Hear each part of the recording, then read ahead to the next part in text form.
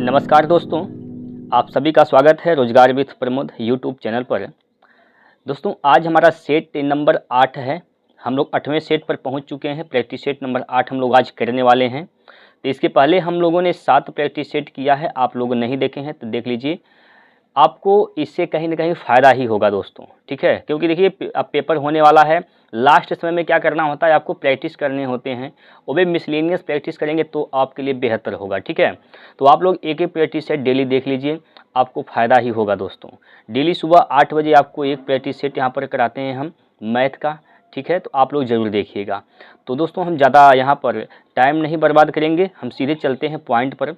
तो पॉइंट पर चलने से पहले एक बार आपको बताना चाहेंगे कि अगर आप लोग चैनल को सब्सक्राइब नहीं किए हैं दोस्तों, तो जल्दी से आप लोग पहले कर लीजिए और वीडियो को लाइक ज़रूर करिएगा। कमेंट में आप लोग अपना सुंदर सा प्यारा सा कमेंट आप लोग यहाँ पर इसमें पिन कर दीजिएगा। चलिए हम स्टार्ट करते हैं, लेते हैं पहला क्वेश्चन आपकी स्क्रीन पर। पहला क्वेश्चन आपके सामने यहाँ पर आ गया है। तो आप लोग अपने साथ में पेपर और पेन लेकर बैठेंगे और लास्ट में आपने कितने स्कोर किए हैं 19 में से आप लोग हमें ज़रूर बताएंगे दोस्तों, ठीक है। तो चलिए अब यहाँ पर देखेंगे, पहला क्वेश्चन यहाँ पर दिया गया है 15 संख्याओं का औसत 40 है, ठीक है। तो 15 संख्या का औसत 40 है। तो आप जानते हैं औसत बराबर होता क्या है।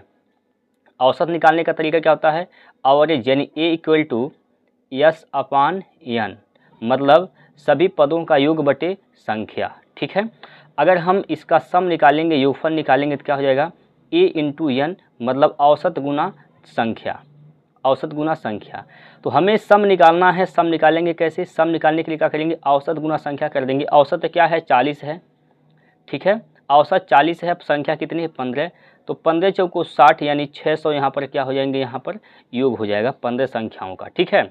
15 संख्याओं का योग कितना हो जाएगा, 600 हो जाएगा। कोई दिक्कत नहीं है। कह रहा है कि इनमें से प्रथम 8 संख्याओं का औसत 30 है। तो प्रथम 8 संख्या का जो औसत है, प्रथम 8 संख्या का औसत क्या है, 30 है। तो 8 तिया 24, योगफल क्या हो जाएगा 8 संख्या का, 240 हो जाएगा। क्लियर। कह रहा है कि अंतिम 8 संख्याओं का औसत क्या है, 50 है। और अंतिम 8 संख्या जो है उनका औसत क्या दे रखा है, 50 देखा है, दिया है। तो 8 पचे 40 यानी 400 हो जाएगा। क्लियर। इसको जोड़ेंगे, संख्या कितने हो गया, 16। 8 8 16 संख्या हो गया। इसको जोड़ेंगे तो 0 और 4, यहाँ से 4 2 6, संख्या टोटल है कितनी, 15 है। पूछा है 8वीं संख्या का मान बताइए। संख्या टोटल 15 था, हमने जोड़ा तो देखा 16 संख्या हो गया। क्यों 16 हो गया, क्योंकि हमने एक ही संख्या को 2 बार जोड़ लिया। वो कौन सी संख्या थी, 8वीं जो संख्या थी, 8वीं संख्या को 2 बार जोड़ लिया। तो आप लोग क्या कर दिए, 640 में से 600 को घटा देंगे। 640 में से 600 घटाएंगे तो क्या हो जाएगा, 40। क्या होगा, 40 हो जाएगा। तो यहाँ पर आप देखेंगे 40 इसका राइट आंसर हो जाएगा। क्लियर। 40 इसका राइट आंसर है दोस्त। ऑप्शन नंबर कौन सा हो जाएगा, तो ऑप्शन नंबर सी हो जाएगा। कोई दिक्कत परेशानी है तो बताएं। कोई भी दिक्कत परेशानी है तुरंत आप लोग कमेंट करके बता दीजिए। कमेंट में आप लोग अपनी समस्या को लिखिए, ठीक है दोस्तों। चलें आगे, समझ में आ गया, फटाफट आप लोग कॉपी करते रहिए दोस्तों, छापते रहिए। चलिए अगला प्रश्न आपकी स्क्रीन पर ले रहे हैं और ये प्रश्न भी आपके लिए बेहद इंपॉर्टेंट है। चुनाव वाले प्रश्न हैं दोस्तों, बहुत ही इंपॉर्टेंट प्रश्न होते हैं चुनाव वाले। देखिएगा, 2 उम्मीदवारों के बीच एक चुनाव में जो 64% मत प्राप्त करता है वह 4340 मतों से बहुमत निर्वाचित होता है। डाले गए मतों की कुल संख्या कितनी है। डाले गए सभी मतों को वैध मानिए, यानी जितने भी मत डाले गए हैं सभी क्या हैं, वैध हैं, यानी सभी क्या हैं, मान्य है। क्लियर। अब देखिए दोस्तों, 2 उम्मीदवार हैं, एक उम्मीदवार और दूसरा उम्मीदवार है, ठीक है। अब एक उम्मीदवार इससे 64% वोट पा लिया। टोटल वोट कितना परसेंट होता है, 100% होता है, ठीक है। 100% में से एक व्यक्ति क्या पाया, 64% पा गया। इसका मतलब दूसरा कितना पाया होगा, तो आप कहेंगे 36%।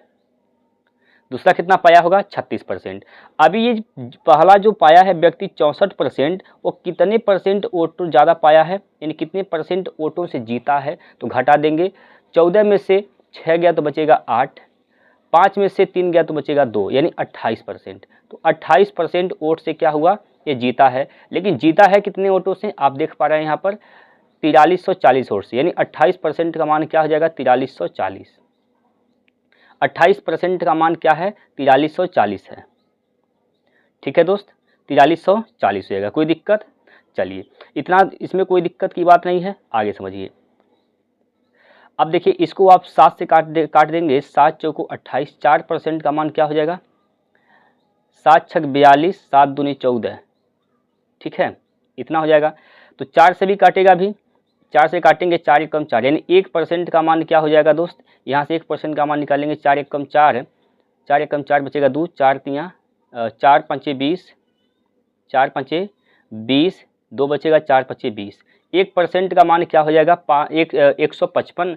तो 100% का मान निकालना है, तो 100% का मान निकालना है, 100 से क्या कर देंगे, गुना कर देंगे, इसमें 100 से दोनों साइड क्या कर दीजिए, गुना कर देंगे। तो 100% का मान क्या हो जाएगा, 155 के बाद 00 यानी 15,500, कितना, 15,500। दोस्तों ऑप्शन नंबर देख लीजिए, ऑप्शन नंबर ए इसका बिल्कुल सही उत्तर है, 15,500। ठीक है भाई, एक बार दोस्त सभी लोग बताएंगे, इसमें कोई समस्या हो तो आगे हम चलते हैं।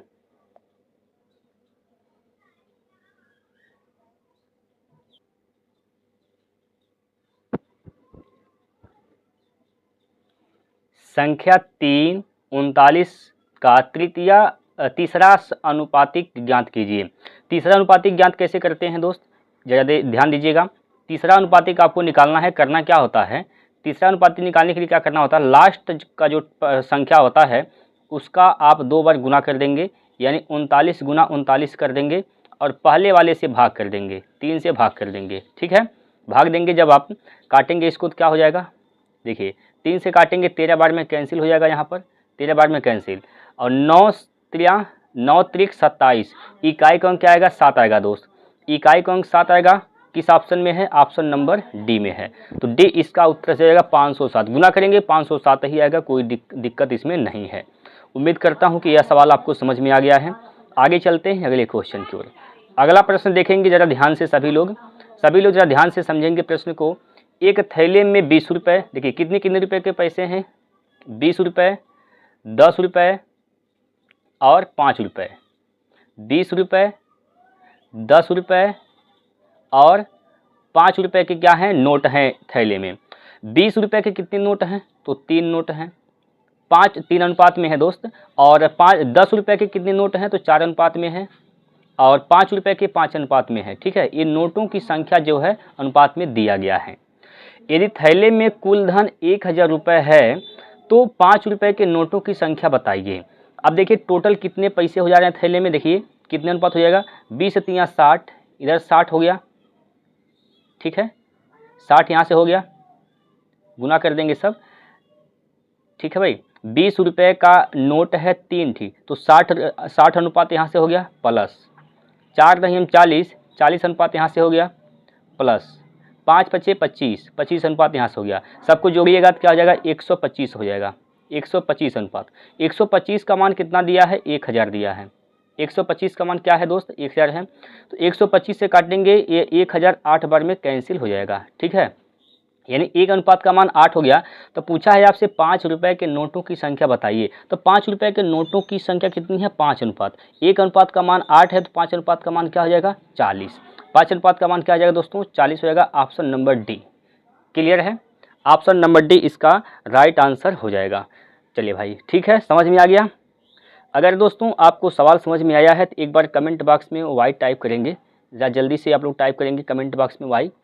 जिन भाइयों को नहीं समझ में आया है तो एक बार आप लोग कमेंट में एन टाइप करेंगे। ज़रा हम भी देखें तो कितने ऐसे मेरे दोस्त हैं, कितने ऐसे भाई हैं जिनको सवाल समझ में आया और जिनको नहीं आया। चलिए आगे चल रहे हैं, अगला प्रश्न देखेंगे। अगला प्रश्न आप देखेंगे, ज़रा यहाँ ध्यान से समझेंगे। राम और श्याम की वर्तमान आयु का अनुपात 5:4 है। एक व्यक्ति राम है और एक व्यक्ति कौन है दोस्तों, एक व्यक्ति श्याम है। इनकी वर्तमान आयु का अनुपात क्या है, तो आपका जवाब होगा सर वर्तमान आयु का अनुपात क्या है, 5:4 है। कितना है, तो 5:4 है। क्लियर। 16 वर्ष पूर्व, 16 वर्ष पूर्व का मतलब क्या हो जाएगा, 16 साल पहले, यानी 16 साल दोनों लोग कम कर देंगे यहाँ पर। ठीक है, उनका आयु का अनुपात क्या था, तो आयु का अनुपात यहाँ पर हो जाएगा दोस्तों कितना, 16:11, 16:11। अब यहाँ पर लगा देंगे लड़ाई कॉन्सेप्ट। क्या होता है लड़ाई कॉन्सेप्ट, ध्यान से समझेंगे। त्रिया गुना कर देंगे 11 का 5 में, तो 11 5 क्या हो जाएगा दोस्तों, 55 हो जाएगा। 11 5 55। 16 का गुना करेंगे 4 में, 16 चौको 64 हो जाएगा। 64 और 55 का अंतर निकालेंगे तो क्या हो जाएगा, 9। तो 9 अनुपात बराबर। अब देखिए 16 और 11 का अंतर कितना है 5 है। 5 का गुना कर देंगे किसमें 16 में, तो 16 5 80, 9 अनुपात का मान क्या हो गया 80 हो गया। आपसे क्या पूछा है उनकी वर्तमान आयु का योग बताइए, तो वर्तमान आयु का योग कितना हो जाएगा देखिए 5 + 4 यानी 9 अनुपात, 5 + 4 9 अनुपात, और 9 अनुपात का मान आपने क्या निकाला यहाँ पर 80 निकाला है। 9 अनुपात का मान क्या निकाला यहाँ पर 80 आया है, तो 9 अनुपात का मान 80 है और वही आपसे निकालना था 9 अनुपात का मान, तो कितना हो जाएगा इसका उत्तर 80। कितना होगा दोस्तों 80, ऑप्शन नंबर सी।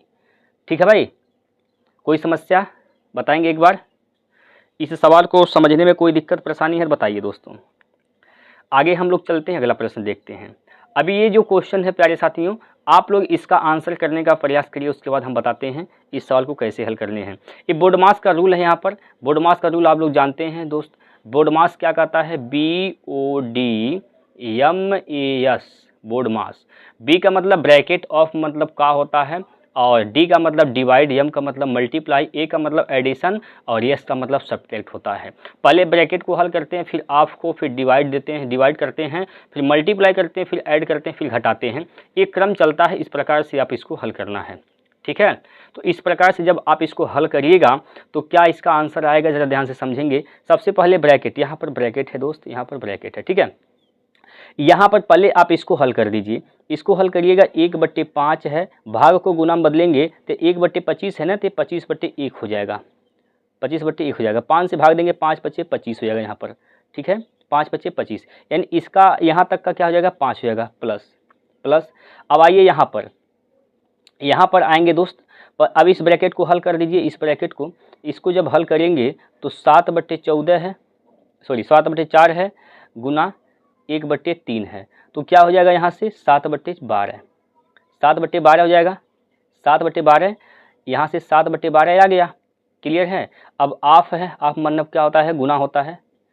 ठीक है, तो 6/5 कर देंगे यहाँ पर, 6 कम 6, 6 दूनी 12, यानी 7/5 दूना 10, 7/10 हो जाएगा यहाँ तक। ठीक है, 7/10। क्लियर है। यहाँ से लेकर यहाँ तक क्या हो गया 7/10 हो गया, इसमें कोई दिक्कत नहीं होनी चाहिए। अब इसको भाग दे देंगे आप, तो क्या हो जाएगा 5/5 × 25, 5 दूनी 10, और यहाँ पर क्या हो जाएगा माइनस। क्लियर है, माइनस। अब यहाँ पर प्लस है, प्लस क्या है 14/3 गुना 9/10, काट के छोट कर देंगे, 3 × 9, और 2 से काटेंगे, 2 × 7 = 14, 2 × 5 = 10, यानी 7 × 21/5, 21 बटे क्या हो जाएगा दोस्तों 5 हो जाएगा। यहाँ पर प्लस का 21/5 यहाँ से हो गया, अब +5 ये आया है, ये वाला 5 यहाँ पर हमने लिख दिया। अब इसी को आपको हल करने हैं दोस्तों, इसी को ज़रा हल कर दीजिए। इसका क्या निकाल दीजिए, लसा निकाल दीजिए। 2, 10, 5 इसके बटे कर दीजिए, 2, 10, 5 एक का लसा क्या हो जाएगा 10 हो जाएगा। 2 से भाग करिएगा, 2 से भाग करेंगे 10 में तो 5 बार 5 × 5 = 25, 5 का गुना 5 में कर देंगे तो जाएगा 25, और माइनस 10 से भाग करेंगे एक बार जाएगा, 1 का गुना 7 में 7, और प्लस 5 दूनी 10, 21 दूना 42, और प्लस का 5 दहिया में 50। ठीक है, इसको हल कर दीजिए। यहाँ पर हल करेंगे तो 5 × 2 = 7, और 5 × 4 = 9, 2 = 11, 117 - 7 बटे क्या हो जाएगा 10 हो जाएगा। 117 में से घटाएंगे 7 तो 110 बटे क्या हो जाएगा 10 हो जाएगा। 0 से 0 कैंसिल, यानी क्या हो जाएगा यहाँ पर 11। तो इसका राइट आंसर क्या हो जाएगा 11। ठीक है भाई, इसका राइट आंसर क्या हो जाएगा 11। ऑप्शन नंबर कौन सा सही है, तो ऑप्शन नंबर डी सही है। कोई दिक्कत परेशानी है भाई इसमें, आप लोग ज़रा अपना कमेंट करके बता दीजिए, कोई दिक्कत परेशानी है इस सवाल में। थोड़ा देखिए दोस्तों लेंदी हो सकता है, लेकिन सवाल को अगर बहुत ध्यान से समझ के लगाएंगे तो गलत नहीं होगा, आपको 1 नंबर देकर जाएगा। ठीक है, चलिए आगे चलते हैं। अगला प्रश्न यहाँ पर दिया गया है। अगला प्रश्न दिया गया है कि एक घन की भुजा की लंबाई 7 सेंटीमीटर है, घन का संपूर्ण पृष्ठीय क्षेत्रफल क्या होगा। अच्छा, घन का भुजा क्या होता है, ए मान लेते हैं। ए का मान क्या दिया है दोस्तों 7 सेंटीमीटर दिया है। ए का मान क्या दिया है 7 सेंटीमीटर दिया है। अगर ए का मान 7 सेंटीमीटर दिया है तो पूछा घन का संपूर्ण पृष्ठीय क्षेत्रफल क्या होगा। तो घन का संपूर्ण पृष्ठीय क्षेत्रफल का फार्मूला होता है 6a²। क्या होता है 6a², तो 6 × 7 का स्क्वायर कर देंगे, 7 का स्क्वायर कर देंगे तो यहाँ से देखेंगे 6 × 7 का स्क्वायर 49 यानी 49 हो जाएगा। 49 का गुना 6 में करेंगे तो 6 9 54 के 4 हासिल का 5, ठीक है, 6 से 24, 24 5 29 यानी 294। कितना इसका आंसर हो जाएगा? 294 centimetre square. Option number D सही है, 294 सेंटीमीटर स्क्वायर। कोई समस्या नहीं होनी चाहिए प्यारे साथियों इस सवाल में। ऐसे छोटे छोटे क्वेश्चन आपके पेपर में आएंगे दोस्तों, बस बहुत ज़्यादा आप गहराई में नहीं जाएंगे। जो आसान सवाल है दोस्त, आसान सवाल पर ही प्रैक्टिस करेंगे। देखिए, कठिन सवाल ना लगे चलेगा, लेकिन जो सवाल आसान है वह सवाल नहीं छूटना चाहिए। ये हमारा उद्देश्य होना चाहिए परीक्षा के दौरान। ठीक है भाई, चलें आगे, अगला प्रश्न देखते हैं। एक व्यक्ति 15 किलोमीटर प्रति घंटा की गति से दौड़ रहा है, वह 7 मिनट में कितनी दूरी तय करेगा? दूरी बराबर दोस्तों क्या होता है? देखिए, दूरी बराबर क्या होता है? D = स्पीड गुना टाइम, यस यानी S × T होता है। क्लियर है? दूरी बराबर क्या होता है? स्पीड गुना टाइम होता है। इस बात को आप लोग याद कर लेंगे। ठीक है भाई, इस बात को आप सभी लोग याद कर लेंगे। D = क्या होता है? स्पीड गुना टाइम। दूरी बराबर चाल गुना समय होता है। ठीक है भाई, अब देखिए यूनिट का विशेष ध्यान देंगे। अगर चाल किलोमीटर प्रति घंटा में है तो समय भी आपको घंटा में होना चाहिए। ठीक है, ये दोनों यूनिट सेम होना चाहिए। अगर चाल मीटर प्रति सेकंड में है तो यहाँ पर आपको जो समय दिया रहेगा वो भी आपका सेकंड में होना चाहिए। ठीक है भाई, कोई दिक्कत? चलिए, यहाँ पर जितने भी ऑप्शन देख रहे हैं सब मीटर में दिया है। इसका मतलब किलोमीटर प्रति घंटा को आपको किस में चेंज करना पड़ेगा? मीटर प्रति सेकंड में चेंज करना पड़ेगा। ठीक है, तो D बराबर क्या हो जाएगा दोस्त? D बराबर यहाँ पर देखेंगे क्या हो जाएगा। चलिए, D बराबर क्या हो जाएगा यहाँ पर? D बराबर S यानी क्या है? चाल क्या है? 15। एक किलोमीटर प्रति घंटा में है, इसको मीटर प्रति सेकंड में बदलेंगे तो 5/18 से गुना करते हैं। ठीक है, स्पीड गुना टाइम क्या है? 7 मिनट है। मिनट को सेकंड में बदलेंगे तो 60 से क्या कर देंगे? यहाँ पर गुना कर देंगे। कोई दिक्कत? कोई दिक्कत नहीं है दोस्त यहाँ पर। चलिए, इसको काटेंगे 6 से 6 3 18, 6 से काटेंगे 6 दहिया में 60। ठीक, 3 से काटेंगे 3 5 15, 5 बार में कैंसिल हो जाएगा। 5 5 25, 7 175, 175 गुना 10 यानी 175 के बाद 1 0 यानी 1750 इसका उत्तर सही हो जाएगा। 1750 मीटर। ठीक है, 1750 मीटर किस ऑप्शन में है? ऑप्शन नंबर सी में है।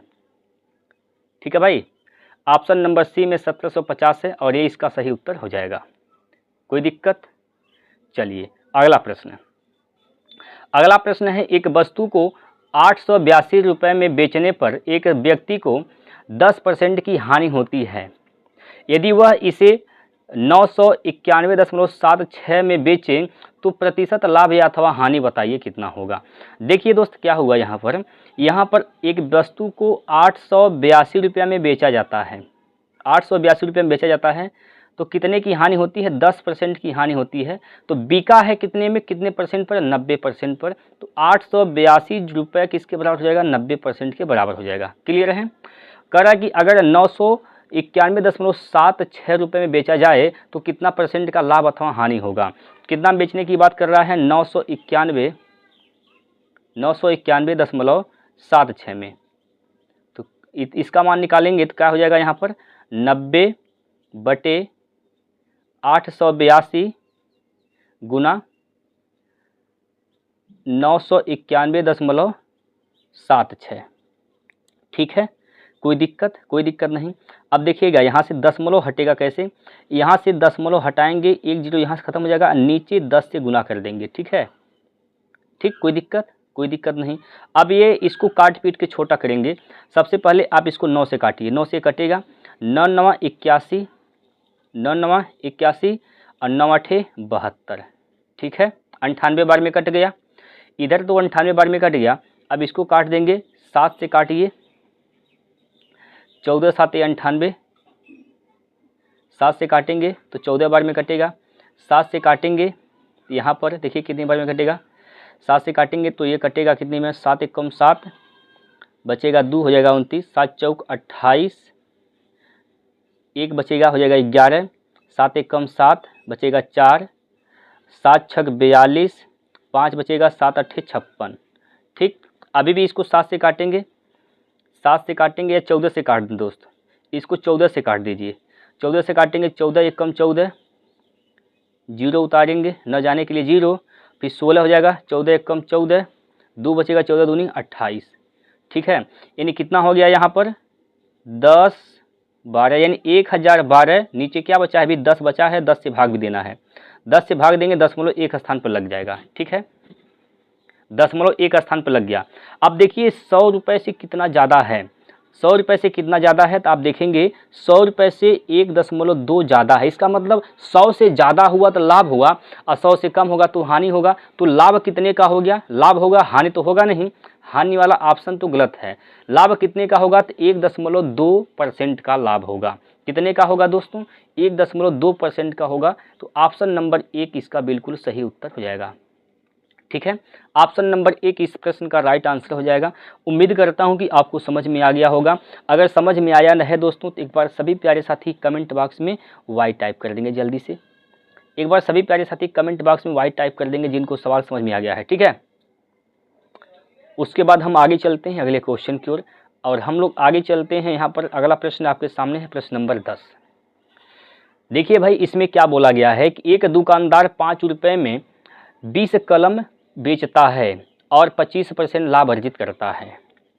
ठीक है भाई, 25% लाभ अर्जित करने का मतलब 125 में वह बेचता है। 125 में बेचता है, कितना पेन, 125% है दोस्त, यहाँ पर 125% है। कितना पेन बेचता है, 5 रुपये में 20 कलम। तो एक कलम का दाम क्या हो जाएगा, एक कलम का दाम 1/, यहाँ पर एक कलम का दाम तो ऐसे देखिए कितना होगा, एक कलम का दाम क्या हो जाएगा, 5/20 हो जाएगा, 5/20 हो जाएगा। तो इसको काट के छोटा करेंगे, 5 एकम 5, 5 चौको 20, यानी 1/4 हो जाएगा। एक कलम का दाम कितना है, एक कलम को बेचा गया कितने में दोस्त, 1/4 रुपये में। तो इसका क्रय मूल्य क्या हो जाएगा, क्रय मूल्य मतलब 100% का मान निकाल देंगे, 100% का मान निकालेंगे। तो 100% का मान निकालिए, 1/4, 125 से नीचे भाग होगा और 100 से गुना होगा। क्लियर, काट पीट करेंगे आप इसको तो देखेंगे क्या हो जाएगा, 25 से काटिए, 25 5 125, 25 चौका 100, 4 से 4 कैंसिल, मतलब क्या हो जाएगा, 1/5 हो जाएगा। यहाँ पर 1/5, यानी एक कलम का जो दाम है दोस्त कितना है, 1/5 रुपये है। क्लियर, उसी प्रकार 6 रुपये में 25 पेंसिल बेचता है तो 20% का लाभ कमाता है, यानी 120% पर बेचा है, 120% पर दोस्तों बेचा है।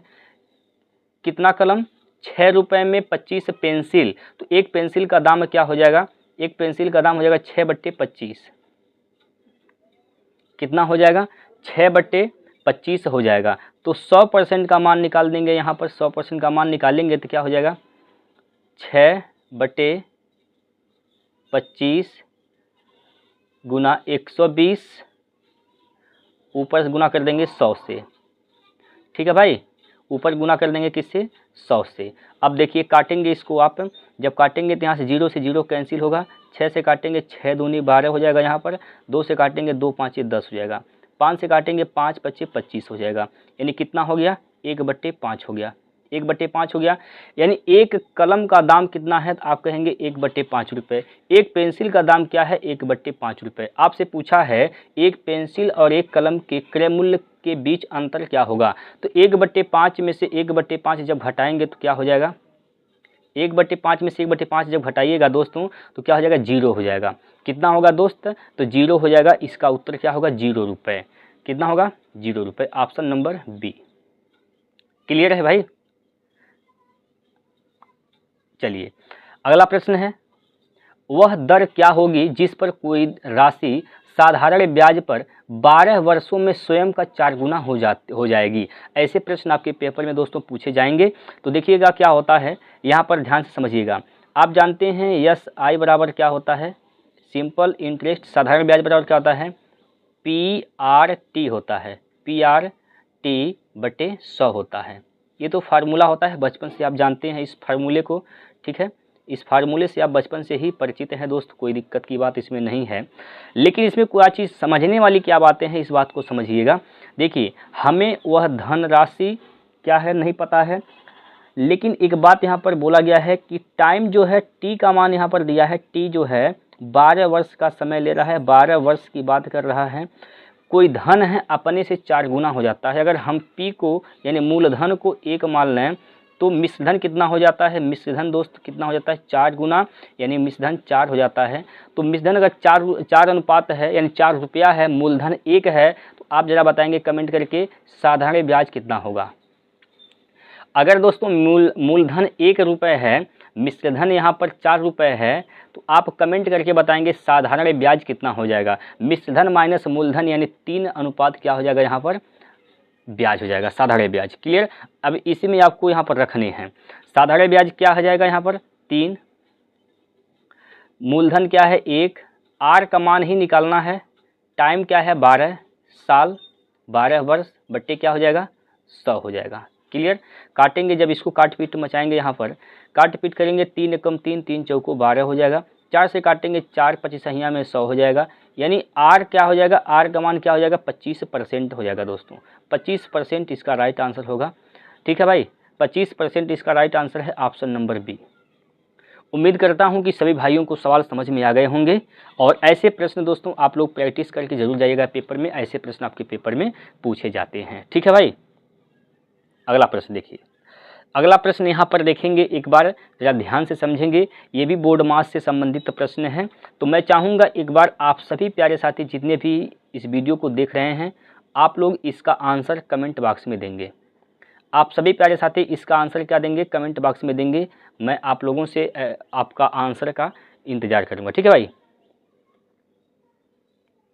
एक बार सभी लोग इसका आंसर कमेंट बॉक्स में देंगे दोस्तों। तब तक हम आगे बढ़ते हैं अगले क्वेश्चन की ओर।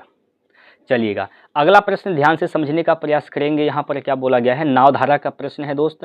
नाव के लिए अनुप्रवाह चाल 100 किलोमीटर प्रति घंटा है और प्रति प्रवाह चाल अनुप्रवाह चाल का क्या है 75% है। स्थिर जल में 350 किलोमीटर की यात्रा करने पर नाव द्वारा लिया गया समय बताइए। अब यहाँ पर समझने का प्रयास करेंगे, अनुप्रवाह माने क्या होता है धारा के साथ, प्रति प्रवाह माने धारा के विपरीत। ठीक है, प्रति प्रवाह माने क्या होता है धारा के विपरीत होता है।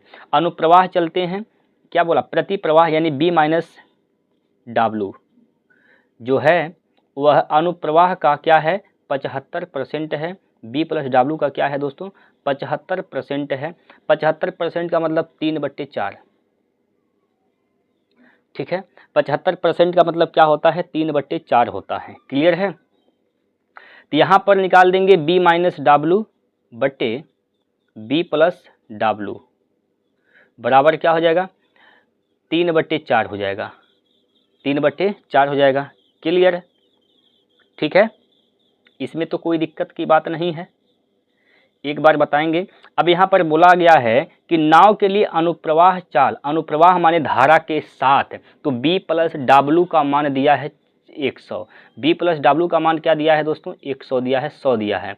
तो 4 का कितना गुना है यहाँ पर देखेंगे 25 गुना है। कितना गुना है 25 गुना है, 4 का 25 गुना है, तो इसका भी 25 गुना निकाल देंगे, इसका भी 25 गुना, तो 25 तियाँ 75 हो जाएगा, 25 तियाँ 75 हो जाएगा।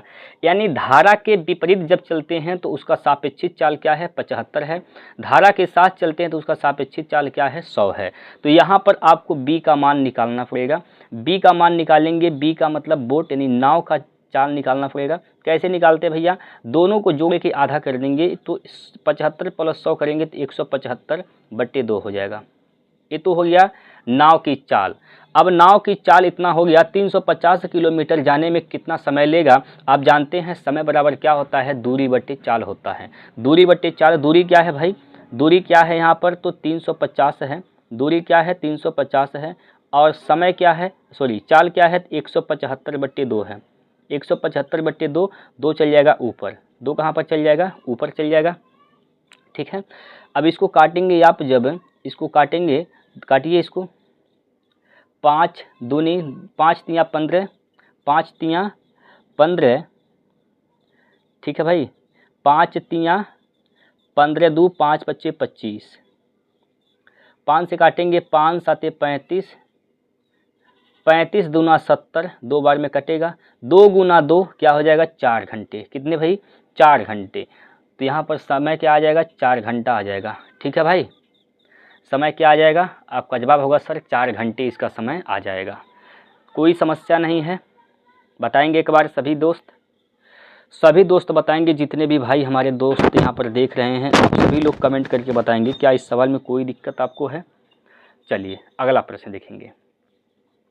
9 और 16 का मध्यानुपात ज्ञात कीजिए। दोस्तों जब मध्यानुपात आपसे पूछा जाता है तो आपको करना क्या होता है, मध्यानुपात कैसे निकालते हैं, मध्यानुपात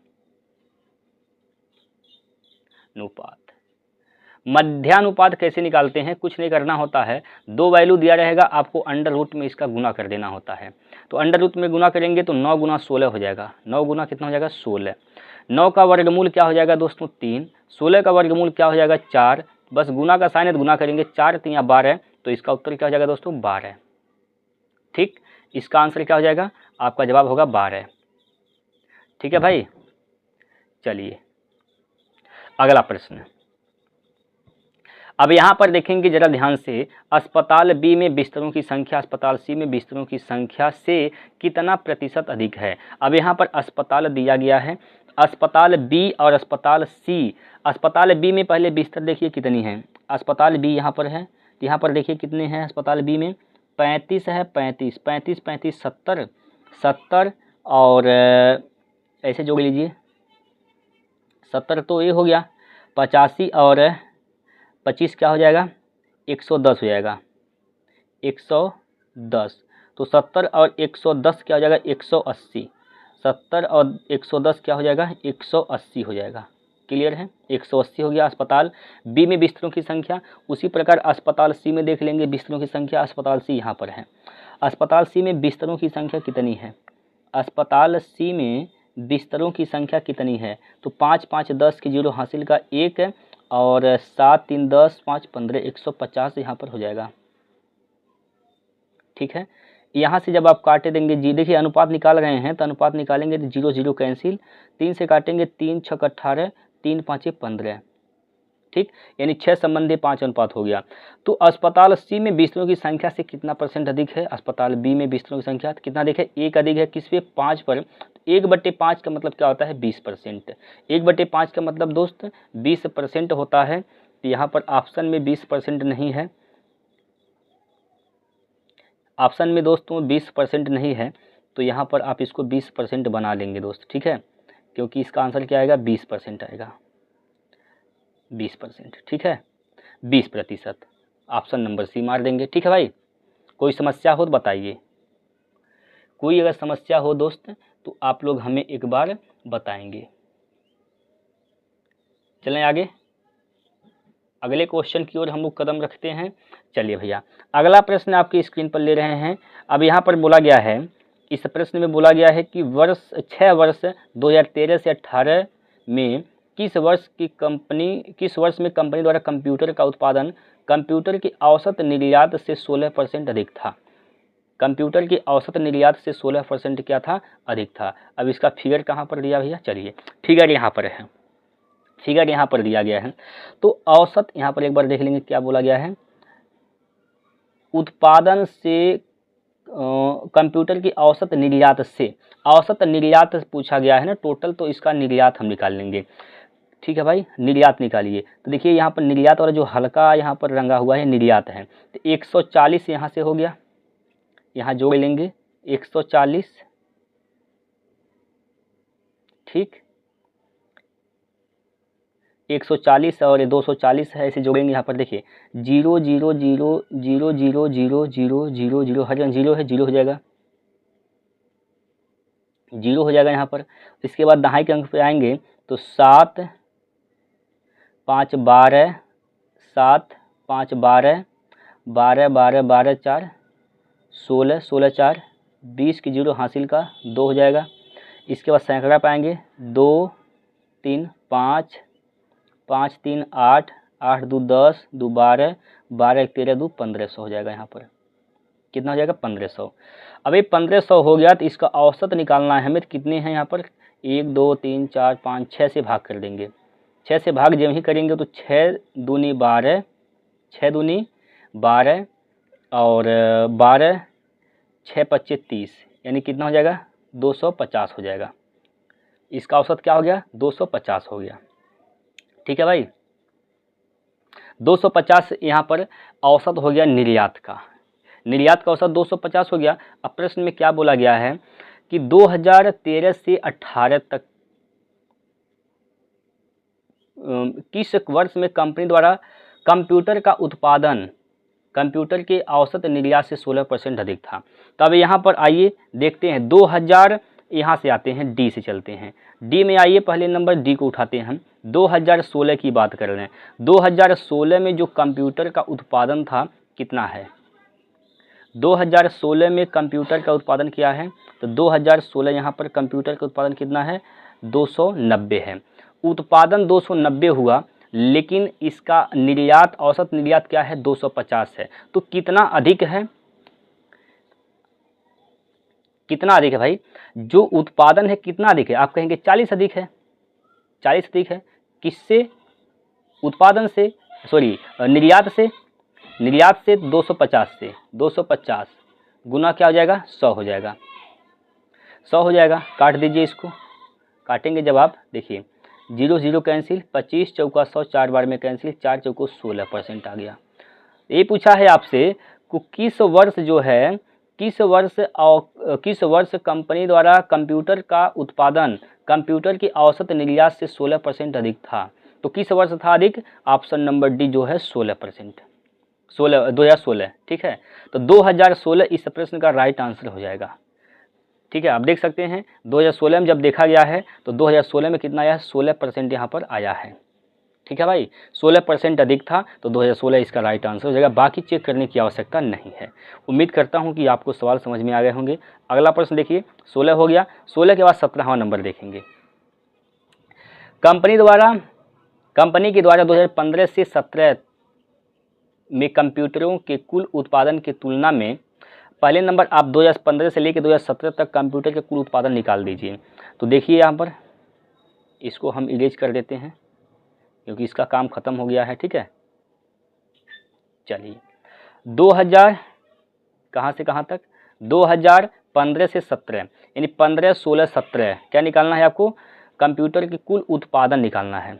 15, 16, 17। तो 15 में क्या है? उत्पादन 300 है। 16 में क्या है? 290 है। 17 में क्या है? 340 है। 300 है प्लस 290 प्लस 240 क्या है? 15 में क्या है? 300, 16 में 290 है, 17 में 340 है। दोस्तों यहाँ पर 340 है। ठीक है, ये जो है 340 है। तो कितना हो गया टोटल उत्पादन? यहाँ पर टोटल उत्पादन क्या हो गया? देखिए, जोड़िए, इसको जोड़ेंगे तो 0 और 9 4 13 के 3 हासिल का 1, 3 2 5 3 8 1 9, 930 हो गया। 930 हो गया। आगे क्या बोला है इसमें?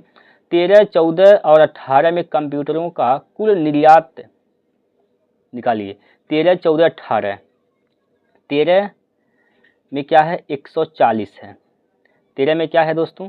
140 है। 140 प्लस 14 में कितना है? तो 14 में देखेंगे यहाँ पर 240 है। 14 में 240। 18 में कितना है? तो 18 में देखेंगे आप यहाँ पर 18 में निर्यात क्या है दोस्त? 18 में 270 है। 200 क्या है? 270 है। सबको जोड़ दीजिए। तो जोड़ेंगे 0 और 7 4 11, 7 4 11, 4 15 के 5 हासिल का 1, 2 2 4 1 5 1 6, 650 हो गया। पूछा है कि 2013, 14 और 18 में कंप्यूटरों का कुल निर्यात कितने परसेंट कम था? देखिए कितना परसेंट कम है भाई? 930 तो यहाँ पर आ गया। ठीक है, और यहाँ पर 650 आ गया। कितने परसेंट कम है? निकाल दीजिए। यहाँ से पहले 0 ख़त्म कर दीजिए। 0 ख़त्म कर दीजिए। अब यहाँ से कितना कम है तो देख लीजिए कितना कम है। 13 में से 5 गया तो 8, 8 में से 6 गया तो बचेगा 2, 28 यहाँ पर क्या है? कम है। और किससे कम है? 93। 93 गुना 100 कर दीजिए। गुना 100 कर देंगे तो हल करेंगे तो क्या होगा दोस्तों? एक बार ज़रा गुना करके बताएंगे आप सभी लोग। एक बार सभी लोग गुना करके बताएंगे क्या होगा।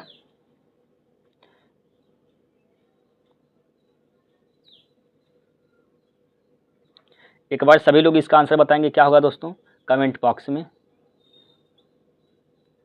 इसका आंसर आप सभी लोग कमेंट बॉक्स में बताएंगे क्या होगा। ठीक है भाई, चलिए कुछ दोस्तों आप लोग भी प्रयास करते रहिए। ठीक है, दशमलव के एक स्थान तक निकालना है, आवश्यकता नहीं है कि 2-3 पहुंचना है, इसमें बोला है ठीक, दशमलव के एक ही स्थान तक इसमें मान निकालना है। ठीक है भाई, चलिए अगला प्रश्न देखते हैं।